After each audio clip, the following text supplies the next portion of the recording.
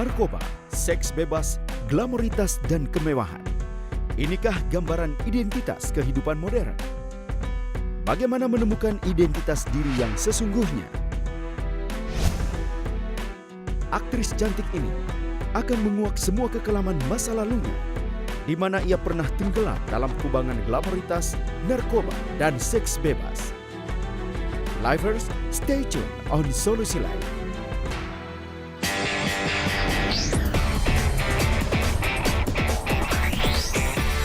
Acara ini dipersembahkan oleh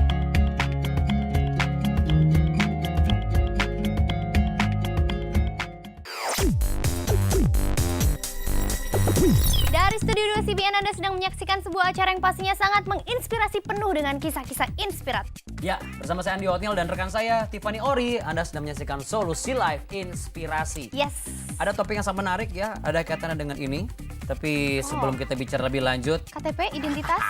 nanti dulu. Now it's your turn. Oke. Info selanjutnya silakan. Ya, Lifers, apakah Anda seorang pencinta film atau filmmaker yang kreatif? Nah, jika iya, berarti kami mengundang Anda untuk mengikuti ajang kompetisi dalam festival film pendek fiksi dan juga non-fiksi. Berhadiah jutaan rupiah. Jadi kirimkan karya film pendek Anda ke Imago Film Festival 2014 dan gratis biaya pendaftaran. Dan kompetisi ini dibuka hingga akhir bulan ini aja ya, Januari 2014. Jadi daftarkan segera diri Anda ke www.imagoplanet.com. Ya. Back to the topic. Ya, itu apa tuh maksudnya Ini tuh? kan identitas ya. Aha. Sekarang ini sudah lebih modern, katanya namanya elektronik di KTP. Saya bahwa ini dibilangnya kuno. Pakai begini bilang kuno? Iya, tapi buat saya lebih baik kuno daripada saya nggak tahu identitas saya bagaimana gitu. Tapi memang kalau zaman berubah, gaya hidup berubah, bicara tentang modernisasi, kadang-kadang kita juga agak berpikir juga apakah harus kita menjadi seorang yang individualis, karena kan sekarang semua serba individualis. Iya. Diri sendiri dulu baru orang lain. Memperkaya diri sendiri dulu baru orang lain gitu kan. Iya. Jadi individualis, jadi bergaya hidup modern, ya kan? Hedonisme ya. Hedonisme. Iya, Nah, iya. ngomong-ngomong soal ini berarti pas banget nih, karena bukan kita aja yang mempertanyakan ini, tapi masyarakat di luaran sana juga. Wow. Nah, Lifers, gaya hidup yang modern selalu diidentikan dengan kemewahan, hedonisme, dan juga eksklusivisme. Nah, apakah gaya hidup seperti ini menjadi keharusan bagi masyarakat modern? Kita simak tanggapan masyarakat tentang hal ini berikut ini.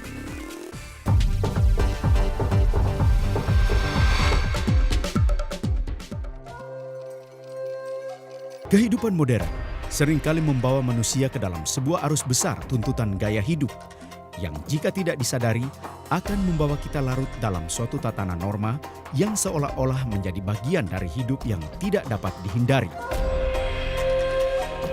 Misalnya saja, jika di lingkungan tertentu mulai menggunakan barang-barang bermerek dan fasilitas yang canggih, maka tanpa berpikir panjang, kita pun juga merasa perlu dan harus memiliki barang yang sama, yang dianggap sebagai lambang atau identitas gaya hidup modern.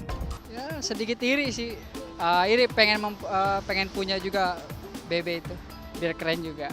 Apa yang aku butuhin aja, kalau kira-kira dari model tertentu, oh aku butuh di bagian ininya nih, ya aku beli gitu. Tapi kalau enggak ya enggak, karena enggak akan ada habisnya sih ya. Di sekolah aja tuh kita kalau pelajaran udah mesti kayak nge-browsing, udah mesti harus aktif di bidang itu, jadi lebih pentingin daripada ke sekolah bawa laptop. Bukan dalam hal gaya atau penampilan eksternal saja yang dijadikan ciri kehidupan modern, namun penyimpangan-penyimpangan dari segi moral pun seperti seks bebas, narkoba, dan glamoritas sudah diyakini oleh sebagian orang sebagai sebuah identitas kehidupan masyarakat modern.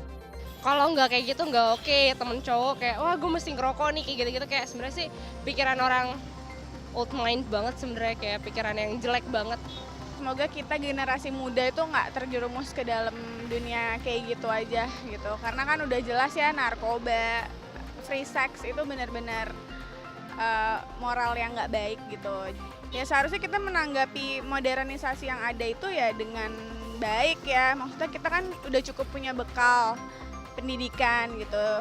Kalau pendidikan kita tinggi sih kita bisa lah menilai mana yang baik, mana yang enggak.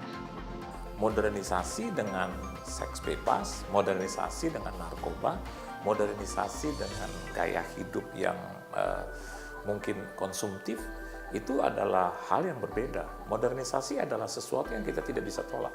Dalam aspek apapun dalam kehidupan, dunia akan mengarah seperti itu, akan ke arah seperti itu.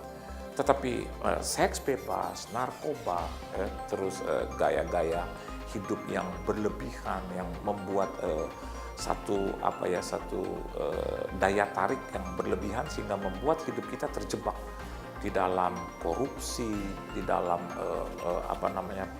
pemakaian obat-obat terlarang. Akhirnya kita menghalalkan segala cara dan akhirnya itu merugikan kita. Itu adalah dosa. Jadi bagi saya modernisasi adalah modernisasi. Kita boleh hidup di dalam mode itu, kita nikmati perkembangan itu, perkembangan zaman ya. Dan itu menguntungkan, teknologi kita pakai untuk hormat kemuliaan nama Tuhan. Tapi narkoba kita tidak perlu sentuh, korupsi kita tidak perlu sentuh, seks bebas, gaya hidup glamor kita tidak perlu sentuh. Karena itu bertentangan dan akan menghancurkan hidup kita.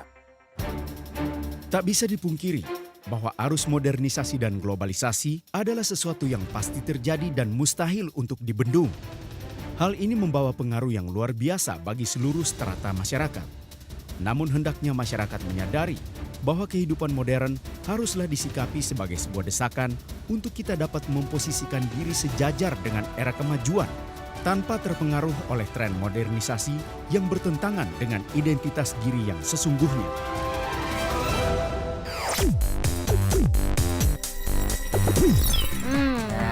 Itulah makanya walaupun kayak gini-gini manual, tapi buat saya nggak masalah. Paling nggak saya tidak terseret dengan oleh arus yang jangan-jangan malah menjebak saya dan saya tidak bisa bergerak kemana-mana gitu. Benar sekali. Oh iya, kemarin jadi ya ketemu sama seorang pakar filsafat dari UI. Oh jadi? Ibu Dr. Margareta Kus Hendrawati SSM Hum. Waduh, panjang banget Panggilan namanya. akrab beliau Bunda Marji. Bunda Marji. Kita bicara banyak banget. Wah, keren banget deh pokoknya. Sharing dong, ceritain dong, apa Kalau tuh? sharing nggak cukup waktunya. Terus gimana? Lihat aja tayangannya. Ini dia. Sebelah saya sudah hadir seorang yang expert di bidang filosofi. Nama beliau adalah Ibu Dr. Margareta Kus Hendrawati SSM Hum. Panggilan akrabnya sebagai Bunda Marga atau Bunda Marje di sini para mahasiswanya. Bunda Marje, aduh langsung salaman dulu ya.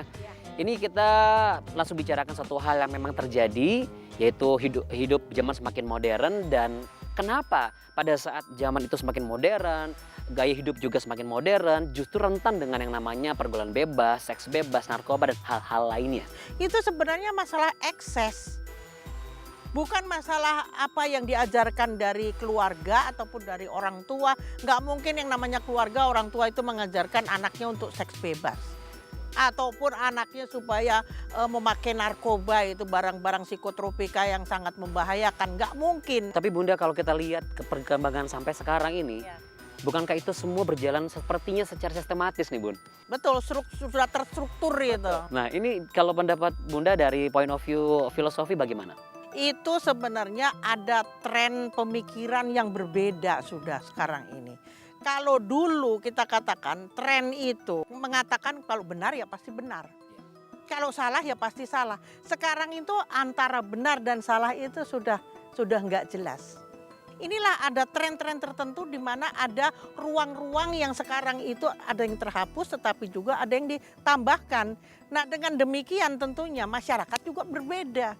Kalau dikatakan, lu kenapa jadi narkobis begitu, narkoba begitu kan, pengidap psikotropika yang lu hak gua, emang masalah buat lo, kan gitu kan.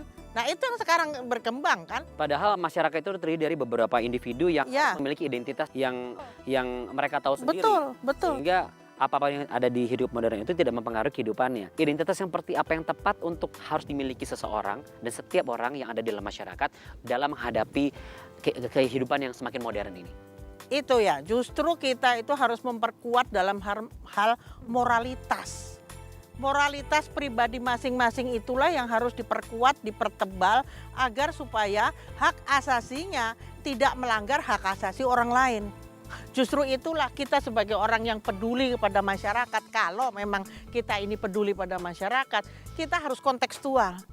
Kita harus pahami, kita harus pelajari masyarakat itu sehingga kita pun tidak salah penanganan terhadap kehidupan kita sendiri. Dan tentunya itu semua diawali dengan kontekstual terhadap diri sendiri. Nah itu, ya, mengenal diri sendiri. Bisa mengaplikasikan kepada orang lain sehingga implementasinya jelas di mata masyarakat dan itu akan menular. Iya.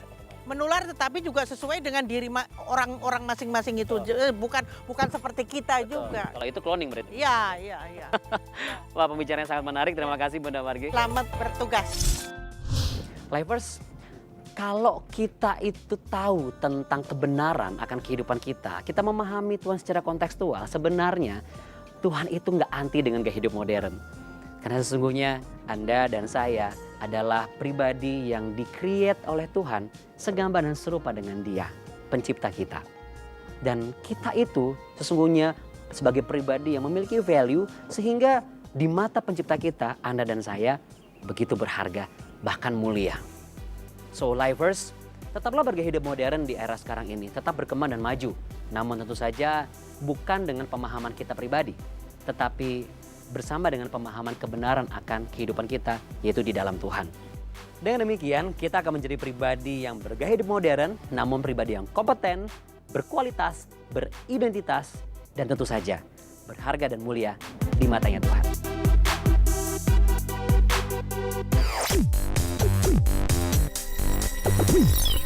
Wih, Bunda Marge. Luar biasa. Wih, udah lama banget gak ketemu maksudnya. Jadi sebenarnya sangat sederhana ya kalau misalnya kita memegang kontekstual Kebenaran secara kontekstual itu, maka jati diri yang kita cari itu sebenarnya sangat mudah didapatkan, Iya. yaitu jati diri yang sesuai dengan firman Tuhan. Iya. Jadi kalau kita mau bergaya hidup modern juga nggak ada masalah gitu. Aduh, Tiffany, kamu tepat sekali. Karena dengan identitas kita yang sebenarnya sudah jelas, kita tahu Tuhan gak anti modern. Buktinya firman Tuhan masih berlaku dari 2000 tahun lalu sampai hari ini. Sampai hari ini. Ya kan? Dan Jadi berikut modern ini, tidak akan less control. betul sekali. Dan berikutnya kita punya kisah nih. Nah, Lifers, kebebasan yang tidak terkendali membuat sepasang anak muda yang sama-sama pecandu narkoba ini memutuskan untuk hidup seatap tanpa ikatan resmi pernikahan. Seperti apa kehidupan rumah tangga mereka? Nah, kita saksikan kisah nyata dari seorang aktris film dan juga sinetron, Joanna Alexandra, berikut ini.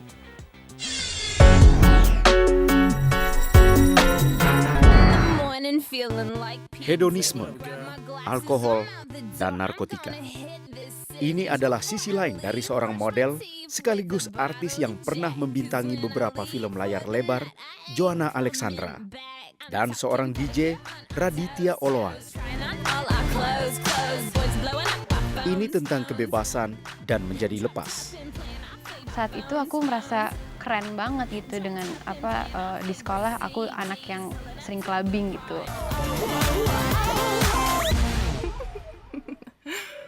Memang, pergaulan yang buruk merusak kebiasaan yang baik. Suatu hal yang common banget buat mereka, suatu hal yang biasa. Jadi kalau lu nggak ngeganja kayaknya lu cupu banget gitu. Aku pada saat itu aku terjun di dunia band. Jadi ngeband tanpa drugs kayaknya kosong aja gitu. Mereka tidak sadar, ada banyak hal yang mereka korbankan untuk kesenangan itu.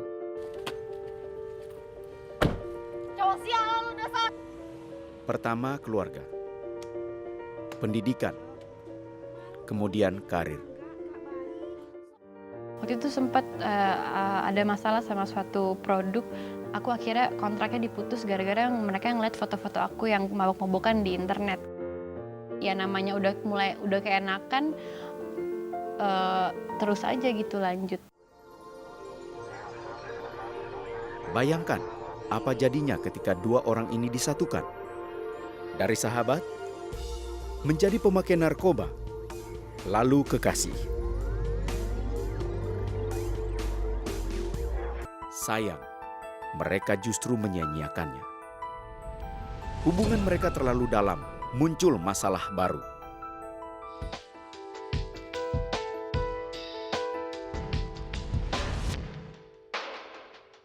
Nggak bisa dijelaskan, kayak kaget, ngeblank langsung, kayak nggak tahu harus ngapain gitu.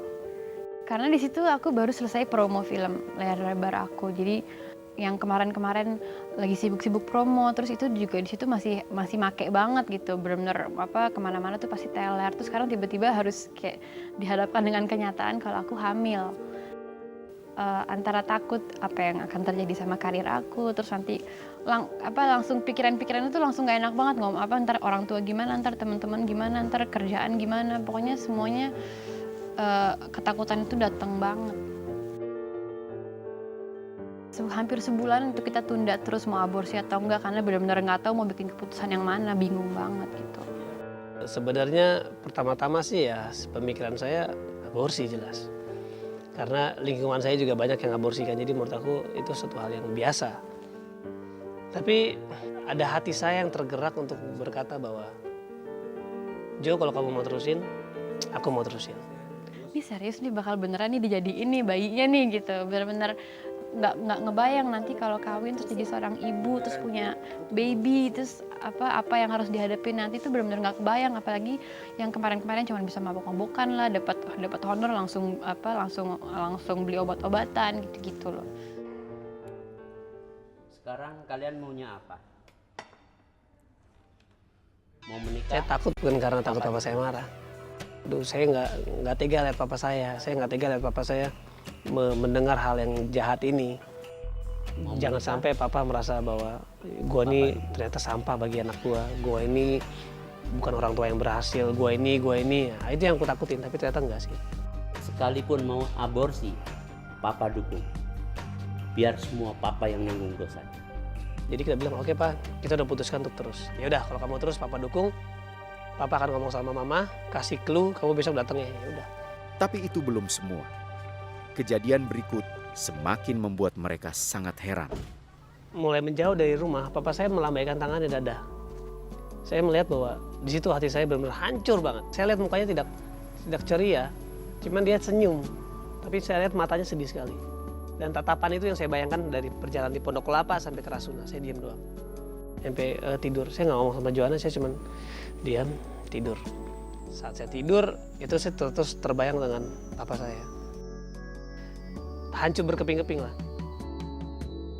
Mungkin sekitar 10 menit saya tidur, hati saya kayak ada yang pukul. Akhirnya saya bangun, terus saya langsung megap-megap, nangis. Dan nangis kata-kata yang pertama keluar bahwa Tuhan tolong saya menyerahkan hidup saya seluruhnya sama Engkau. Kita berdoa dan akhirnya udah selesai, ada damai dari ada kekuatan baru dari situ. Akhirnya saya terbang ke Manado dengan istilahnya dengan percaya diri. Oke, menurut kalian gimana? Pas ngomong sama papa juga aku kaget banget, dia di situ setelah kita ngomong dia cuma duduk diem. Udah bukan marahin lagi dan ngomongin kenapa kalian begini-begini, tapi dia langsung to the next step aja, langsung oke, jadi sekarang maunya gimana, apa yang harus diambil tindakannya gitu. Langsung udah ngomongin ke perkawinan dan segala macam, dan di situ aku kaget banget. Aku yakin banget kalau itu bukan karena Tuhan, pasti papa udah gampar adit lah atau apalah, karena papaku dulu tuh emosian banget. Di situ aku mulai kena banget, dan kan papa bilang kalau aku harus berdoa minta ampun sama Tuhan. Semenjak itu aku benar-benar ngerasa damai dan aku tenang dalam ngadepin semuanya gitu. Januari 2007, mereka resmi menikah. Keduanya masih labil dan penuh ego. Orang bilang mereka belum terlalu matang, tapi masih ada masalah lain. Aduh, gue harus tobat nih, capek gue harus tobat nih, gitu-gitu aja. Pengen tapi nggak tahu caranya, dan emang nggak ketemu sama sekali. Tapi ya gimana, barang ada, terus teman-teman juga masih make, jadi selalu kalah.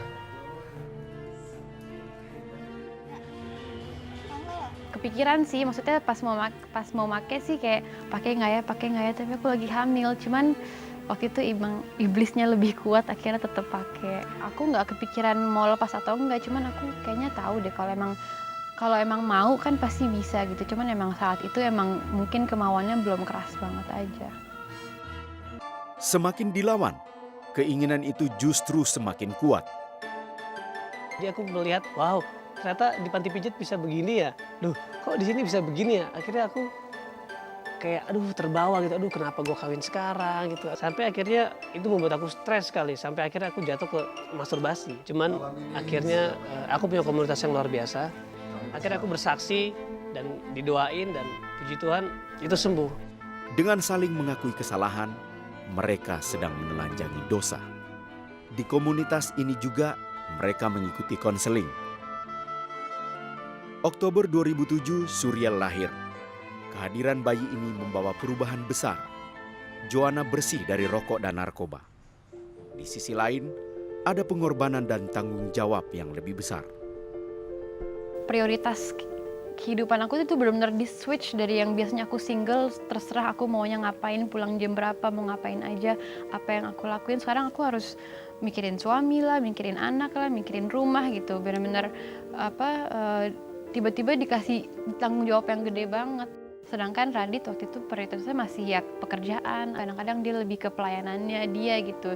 Tapi pada saat itu aku mencecer dia dengan kayak kamu nggak bisa bagi waktu buat aku kurang gitulah pokoknya. Saya udah panas, saya udah emosi. Akhirnya saya sampai bilang ke teman saya, I hate this woman gitu. Saya benci banget ya cewek. Saya ingat waktu pas konseling, keluarga nomor 2 setelah Tuhan. Jadi saya pikir, yaudahlah walaupun gue kesel tapi gue harus cabut. Dia BBM saya udah mengucapkan kata-kata yang jelek. Gini, kata-kata yang kayak menghina-hina. Tapi saya mulai merem, saya hapus. Saya cuma bilang, I love you, persen. Padahal aku mau bilang, I hate you. Dan pulang, dan saya merasa bahwa saat itu saya mikirnya, saya mengalah untuk menang. Dia duduk sebelah saya dengan matanya berkaca-kaca, dia bilang, Dit, maafin aku ya. Disitulah itu mulai hancur semuanya. Akhirnya kita pelukan, oke aku maafin aku juga. Akhirnya mulai saat itu hubungan keluarga kita nggak pernah crash.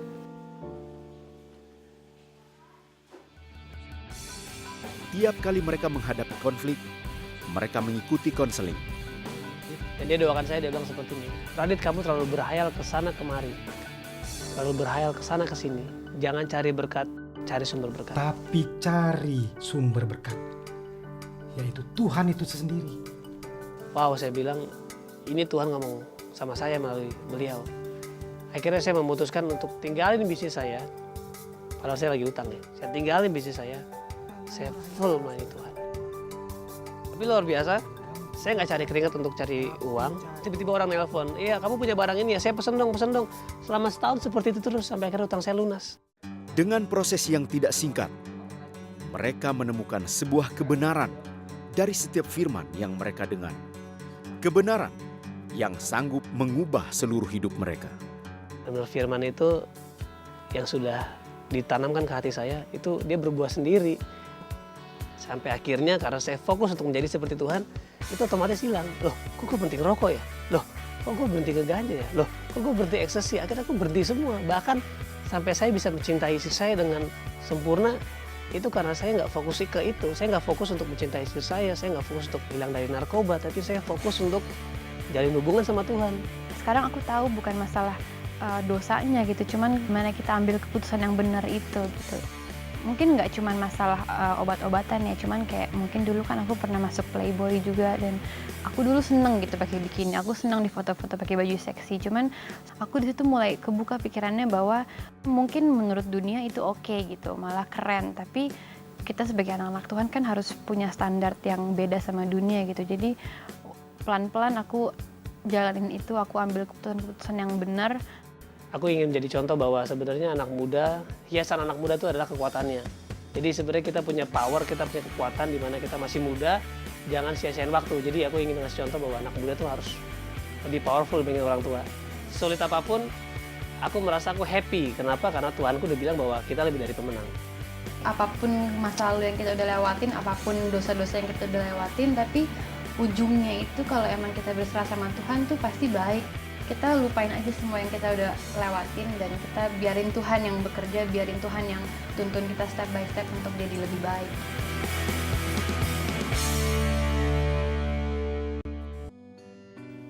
Life is for fun. But for what? Kalau setiap orang memiliki pengetahuan tentang identitas dirinya, saya percaya banget dalam setiap aspek kehidupannya bukan melakukan tanpa alasan. Tapi semua pasti untuk satu alasan. Dan alasan itulah yang akan membuat kita tahu jalan kita tempuh untuk satu tujuan. For one destination surely.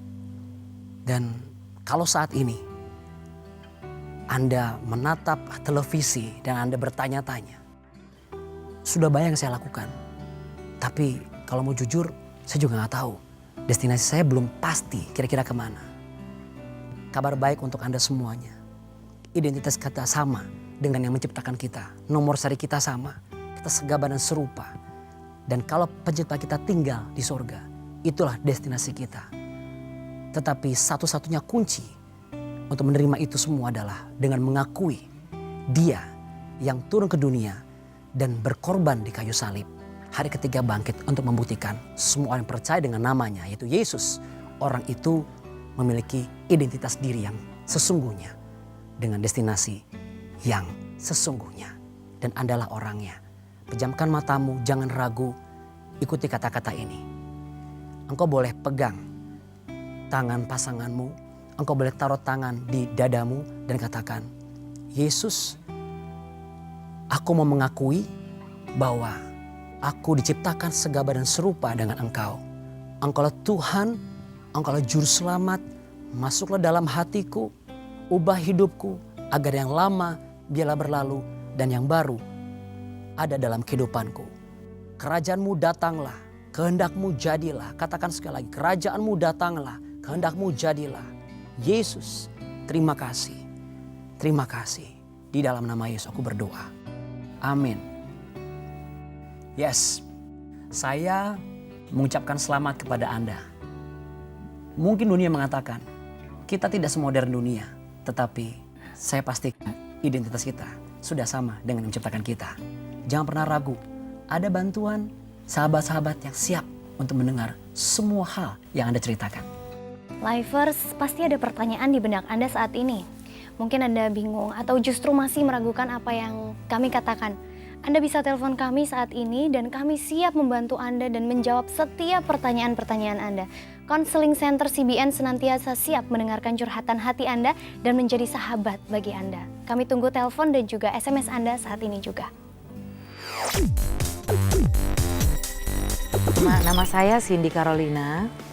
Saya sebagai seorang entertainer, tapi lebih khususnya sih sebagai penyanyi.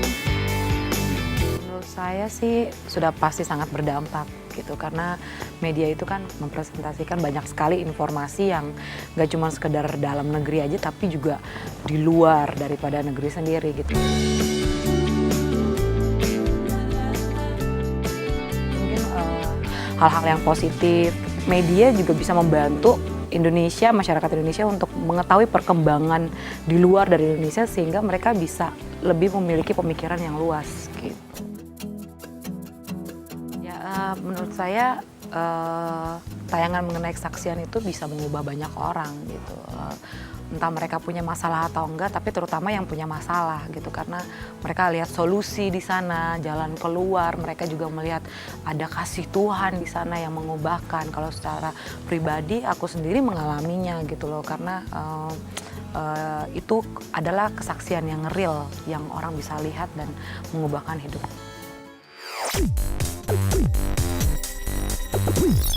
Lifers, dampak yang bisa diciptakan oleh media, khususnya media televisi itu sangatlah besar. Hampir semua keluarga memiliki televisi di rumah mereka, dan ini artinya kita bisa berbicara langsung tentang kasih kebaikan Tuhan kepada mereka lewat program TV CBN. Dan kabar baiknya adalah kini Anda bisa terlibat langsung dengan program Solusi Live ini dan juga program TV CBN lainnya tentunya. Dan untuk memberitakan hal-hal yang positif, caranya mudah sekali, yaitu dengan bergabung menjadi mitra CBN. Anda hanya memberikan donasi minimal Rp100.000 per bulannya, maka Anda telah menjadi bagian terpenting dalam pelayanan ini. Karena secara tidak langsung Anda sudah ikut mengabarkan kasih Tuhan kepada setiap pemirsa melalui program TV CBN. Anda juga secara tidak langsung ikut mendengarkan dan tentu saja mendoakan mereka melalui layanan Counseling Center CBN. Dan inilah kesempatan terbaik bagi Anda untuk menjadi dampak positif lewat media ini. Khusus bagi Anda yang mendaftarkan saat ini juga, kaos keren ini, tada, akan kami kirimkan ke rumah Anda. So, mari bergabung menjadi mitra CBN saat ini juga. Ya, Lifers, dan jika Anda ingin curhat lebih lagi dengan kami, bisa langsung masuk ke Facebook dan juga Twitter kami @solusitv. Yap. Dan Lifers, thank you so much for watching Solusi Live Inspirasi, and see you next episode, and Happy New Year! God bless you! Bye!